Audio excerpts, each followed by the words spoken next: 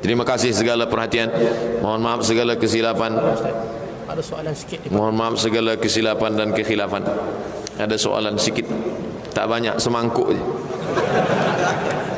Terima kasih segala perhatian. Mohon maaf segala kesilapan. Ada soalan sikit. Mohon maaf segala kesilapan dan kekhilafan. Ada soalan sikit, tak banyak, semangkuk je.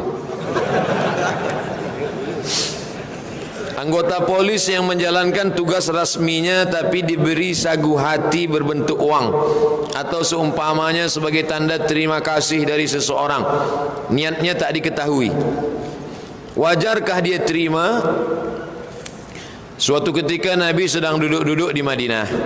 Masa Nabi sedang duduk di Madinah, baliklah amil zakat. Amil zakat balik. Selepas itu dia katakan kepada Nabi, ya Rasulullah, ini kambing untuk zakat, ini kambing untuk saya. Ini unta untuk zakat, ini unta untuk saya. Merah muka Nabi. Apa kata Nabi? Alla yajlisu fi baiti abihi atau fi baiti ummih. Kalau engkau duduk-duduk di rumahmu, adakah orang datang bagi engkau kambing? Kalau engkau duduk-duduk di rumah bapamu, adakah orang datang bagi engkau kambing? Kata Nabi SAW. Kenapa Nabi marah? Sebab bila dia terima kambing dari zakat itu, nanti dia tidak lagi tegas, mata dia tak lagi tajam masa dia bertugas bekerja.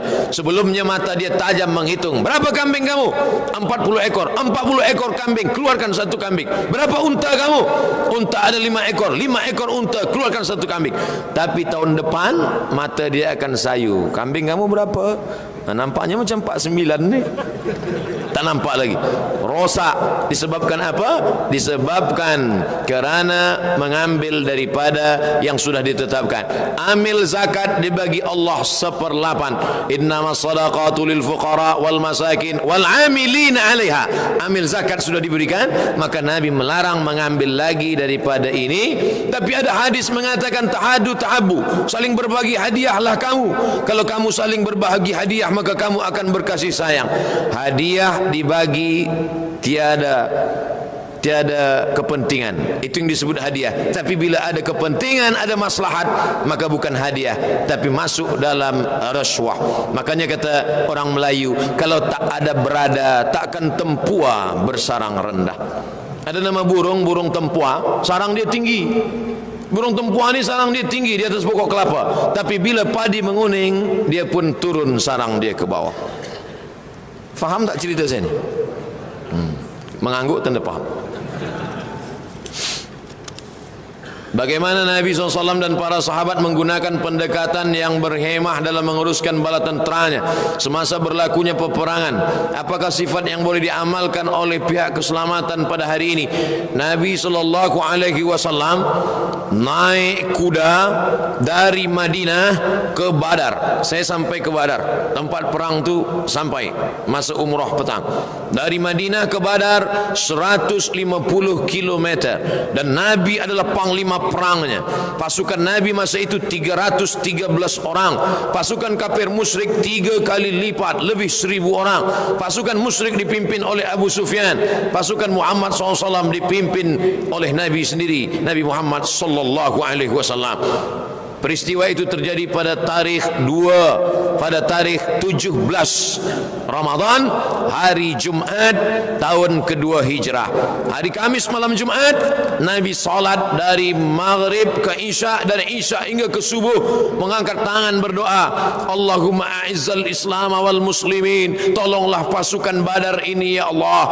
Maka sampai ketika Nabi berdoa tengah malam, datang Abu Bakar Siddiq, menengok angin kencang berhembus, terbang surban dari tengkuk Nabi. Datang Abu Bakar berkata, hasbuka, cukuplah itu ya Rasulullah, cukuplah itu ya Rasulullah, engkau sudah berdoa, sudah letih perjalanan panjang. Tapi Nabi tetap juga berdoa. Nabi bersama para sahabat. Apakah Nabi kerana dia pimpinan, kerana dia panglima perang, lalu dia berkata, aku, kamu semua tak boleh? Apa kata Nabi SAW manakala datang seorang sahabat, ya Rasulullah, ya, apakah ada wahyu turun menunjukkan di mana kita akan bermalam malam ini berkemah? Kata Nabi, tak ada.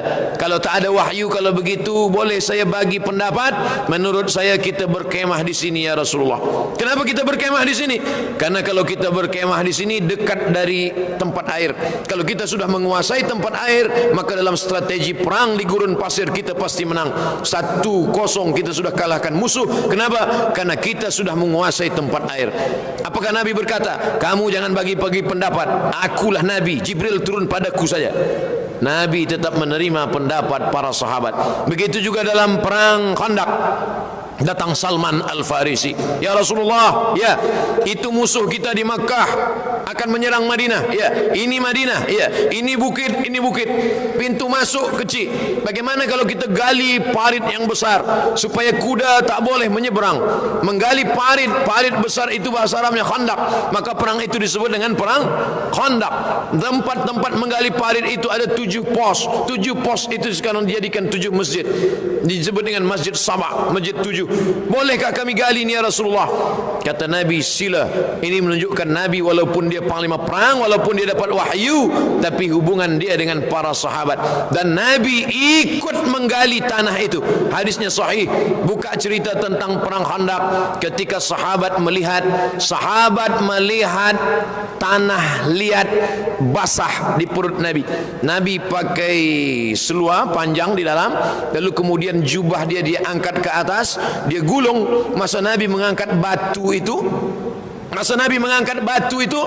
berpeluh perutnya. Sahabat Nabi berkata, aku melihat perut Nabi bercampur dengan tanah. Maknanya apa? Nabi ikut menggali ke dalam dan ikut mengangkatnya ke atas. Itulah dia Sayyidul Anbiya wal Mursalin.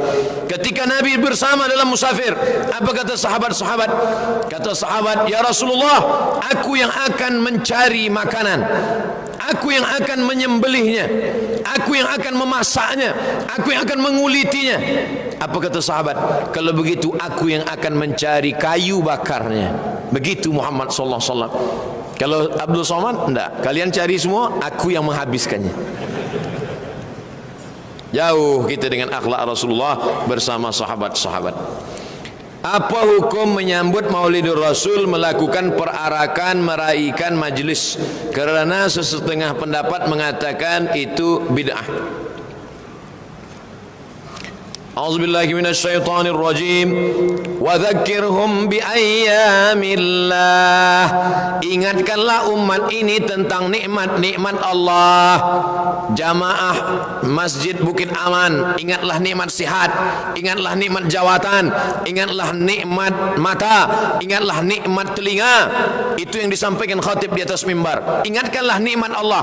Tapi ada nikmat yang paling besar daripada nikmat mata, nikmat telinga, nikmat nyawa. Apa itu? Nikmat datangnya Nabi Muhammad sallallahu alaihi wasallam. Maka meraihkan Maulid Nabi adalah mengingatkan umat, mengingatkan Melayu Malaysia, mengingatkan muslimin muslimat bahawa telah datang Nabi kamu. Wa dzakirhum bi ayyamillah. Ingatkanlah mereka tentang nikmat terbesar Maulidur Rasul, mengingatkan tentang kedatangan Nabi Muhammad sallallahu alaihi wasallam.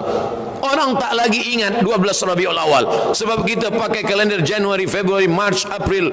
Lalu kemudian dia tengok ramai-ramai orang meraihkan di tengah jalan. Dia tanya, apa ni? Ini jam penuh apa ni? Orang sedang maulid. Oh, maulid hari ini. Allahumma salli ala Sayyidina Muhammad wa ala ali Sayyidina Muhammad. Yang kedua, ada seorang lelaki, dia suruh budak dia, sahaya dia, nama sahaya dia Suwaibah. Suwaibah, engkau jaga adik iparku. Nanti kalau anak dia lahir, engkau bagi kabar pada saya. Baik tuan. Lalu kemudian adik ipar dia lahir. Nama adik ipar dia Aminah. Aminah melahirkan anak. Selepas itu senang betul hati dia. Nama dia Abu Lahab. Kata Abu Lahab bertanya kepada Suwaibah, wahai Suwaibah, adik iparku melahirkan anak lelaki apa perempuan? Kalau perempuan kita kubur hidup-hidup. anak lelaki tuan. Siapa namanya? Diberi nama oleh Abdul Muttalib dengan nama yang belum pernah dipakai nama orang lain. Itulah dia Muhammad sallallahu alaihi wasallam. Apa kata Abu Lahab? Wahai Suwaibah, mula malam ini, malam Isnin 12 Rabiul Awal, engkau aku berhentikan, tidak lagi menjadi budak, tak lagi jadi sahaya, engkau menjadi orang yang merdeka. Apa balasan Allah kepada Abu Lahab yang gembira menyambut kelahiran Muhammad sallallahu alaihi wasallam? Abbas, disebutkan dalam Sahih Bukhari, Abbas bermimpi berjumpa dengan Abu Lahab. Wahai Abu Lahab, ya, engkau masuk neraka Abu Lahab. Betul. Khuffifa alayya fi kulli isnain, tapi azabku diringankan setiap malam Isnin, li'itaqi Suwaibah, kerana aku membebaskan Suwaibah. Bersyair ahli hadis namanya Al-Hafiz Al-Maqdisi, 6 bait syair. Idza hadza kadza, idza kana hadza kafiran jaa dhammuhu, tabat yadahu fil jahim mukhlida, ata'annahu fi kulli yawmil isnain abada, yukhaffaf anhu al-'adhabu masruran bi ahmada, fa kaifa billadhi tula umruhu bi ahmada masruran wa mata muwahhida. Kalau Abu Lahab yang kafir saja diringankan azabnya setiap Isnin, apalagi umat Muhammad sallallahu alaihi wasallam. Dalil yang ketiga, sebetulnya banyak lagi dalil ni, tapi karena waktu kita tak cukup. Sebetulnya waktu tak cukup, Ustaz tak ingat.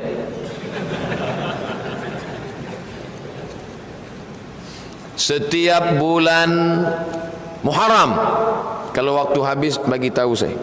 Setiap bulan Muharram tarikh 10 kita semua berpuasa. Kenapa kita puasa setiap 10 hari bulan Muharram? Kerana pada hari itu Allah menenggelamkan Fir'aun. Allah menenggelamkan Fir'aun itu sekali apa tiap tahun? Sekali. Allah menenggelamkan Fir'aun itu sekali. Tapi kita berpuasa Asyura setiap tahun. Itulah dalil Muhammad lahir sekali, tapi kita menyambutnya tiap tahun. Itu bukan Abdul Somad buat dalil. Baca dalam kitab Al-Hawi lil Fatawi, ditulis oleh Al-Hafiz Ibnu Hajar Al-Asqalani, ditulis oleh Al-Hafiz Jalaluddin Abdul Rahman As-Suyuti, dia ambil pendapat Al-Hafiz Ibnu Hajar Al-Asqalani. Sudah saya tulis dalil-dalil maulid ini dalam buku 37 masalah popular. Apa yang difahami integriti dalam konteks Islam Ahlus Sunnah wal Jamaah? Integriti merasakan kehadiran Allah dalam setiap gerak-gerik kita. Kalau kita takut buat dosa kerana CCTV akan mati. Kalau kita takut buat dosa kerana ada atasan yang melihat kita, masanya dia akan tidur. Tapi integriti kita adalah manakala kita beramal berbuat, yang melihat kita bukan manusia. Siapa yang memandang melihat kita? Dia. Siapa dia? La ta'khudhuhu sinatun wala naum.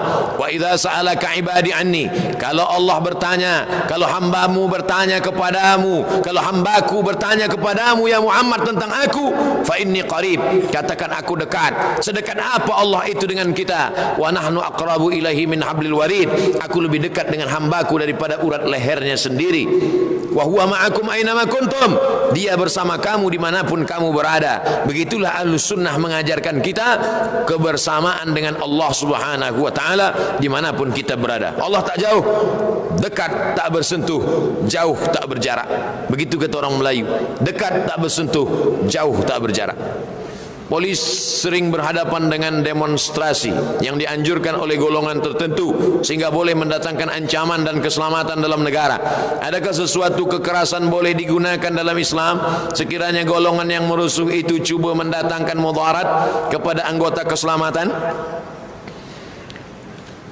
Demonstrasi satu package dengan demokrasi. Kalau ada orang mengharamkan demonstrasi tapi menghalalkan demokrasi, macam mana kita boleh mengharamkan demokrasi? Bila kita menerima demokrasi, maka kita menerima juga demonstrasi. Demonstrasi bahasa Malaysianya unjuk perasaan. Dia tunjukkan perasaan dia di dalam. Perasaan bersetuju, perasaan tidak bersetuju, perasaan tidak suka. Turun ke jalan, pakai poster, mengungkapkan kalimat, tapi tidak dengan kekerasan. Bila ada orang membawa kekerasan, maka polis juga bukan dia balas dengan kekerasan, dia menegakkan hukum. Dimanapun negara ada hukum, tidak boleh menghancurkan, tidak boleh merosakkan, tidak boleh mengganggu orang. Dia hanya turun ke jalan beramai-ramai, dia bawa poster ketidaksetujuan depan dia, lalu dia katakan demonstrasi. 7 juta orang berkumpul di Jakarta untuk demonstrasi, unjuk perasaan, unjuk demonstrasi damai. Tidak ada rumput yang terinjak mati, tidak ada batang kayu yang patah, tidak ada sampah yang berserakan. Bersih, datang, berzikir, berdoa, tunjukkan perasaan, ketidaksukaan, ketidaksenangan atau suatu tindakan, maka ketika ada yang melanggar, maka hukum mesti ditegakkan. Siapa yang menegakkan hukum, itulah dia salah satu unsur dari yang menegakkan hukum adalah polis. Las, mutakhir ini negara Islam Barat sering menjadi tumpuan untuk melakukan aksi keganasan seperti ISIS. Apakah ideologi yang mereka anuti sehingga sanggup untuk menghalalkan darah sesama umat Islam maupun orang bukan Islam? Ahlus sunnah wal jamaah tidak menghalalkan darah orang yang bersyahadat asyhadu an la ilaha illallah wa asyhadu anna Muhammad Rasulullah. 3 ciri ahlus sunnah. Pertama, tidak menghalalkan darah.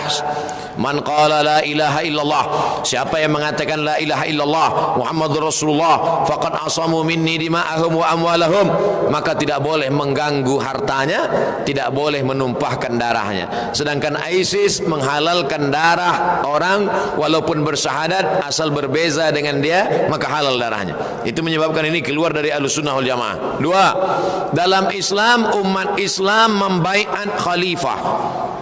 Umat Islam berkumpul membaiat Abu Bakar Siddiq, sedangkan dia tidak membaiat khalifah. Dia mengangkat dirinya menjadi khalifah. Abu Bakar Al-Baghdadi mengangkat dirinya dan meminta orang lain membaiat dia. Itu beza Abu Bakar Siddiq dengan Abu Bakar Al-Baghdadi. Maka keluar dari Ahlussunnah wal Jamaah. Yang ketiga, cara-cara perangnya bukan cara perang Ahlussunnah wal Jamaah. Ahlussunnah wal Jamaah berpegang kepada sunnah. Satajiduna rijalan fis sawami', kamu akan bertemu dengan pendeta-pendeta. La ta'ridu lahum, jangan ganggu pendeta, jangan hancurkan gereja, church. La taqtulu sabiyan murdi'ah, jangan bunuh anak kecil. Wala syaikhan faniya, jangan bunuh orang tua renta, jangan bunuh perempuan yang menyusukan anak. La taqiranna nakhla, jangan cabut pohon kurma. La taqta'unna syajaratan, jangan potong pokok kayu. La tahdimu buyutan, jangan hancurkan rumah. Apa yang mereka lakukan? Membunuh anak kecil tak berdosa, menghancurkan rumah-rumah, bahkan makam-makam imam-imam pun dihancurkan. Makam Imam Nawawi salah satunya. Apa salah makam? Oleh sebab itu ini menyebabkan keluar daripada golongan Ahlus Sunnah wal Jamaah. Mudah-mudahan kita diberikan Allah cahaya terang benderang sehingga boleh membezakan mana Ahlus Sunnah wal Jamaah, mana Ahlul Bid'ah yang sudah keluar daripada sunnah. Amin ya rabbal alamin. Terima kasih atas segala perhatian. Mohon maaf atas segala kesilapan dan kekhilafan. Waffaqana Allah lima yuhibbu wa yardah. Subhanakallahumma wa bihamdika asyhadu an la ilaha illa anta astaghfiruka wa atubu ilaik. Wa sallallahu ala sayyidina wa maulana Muhammad wa ala alihi wa sahbihi wasallam. Walhamdulillahi rabbil alamin. Terima kasih. Wassalamualaikum warahmatullahi wabarakatuh.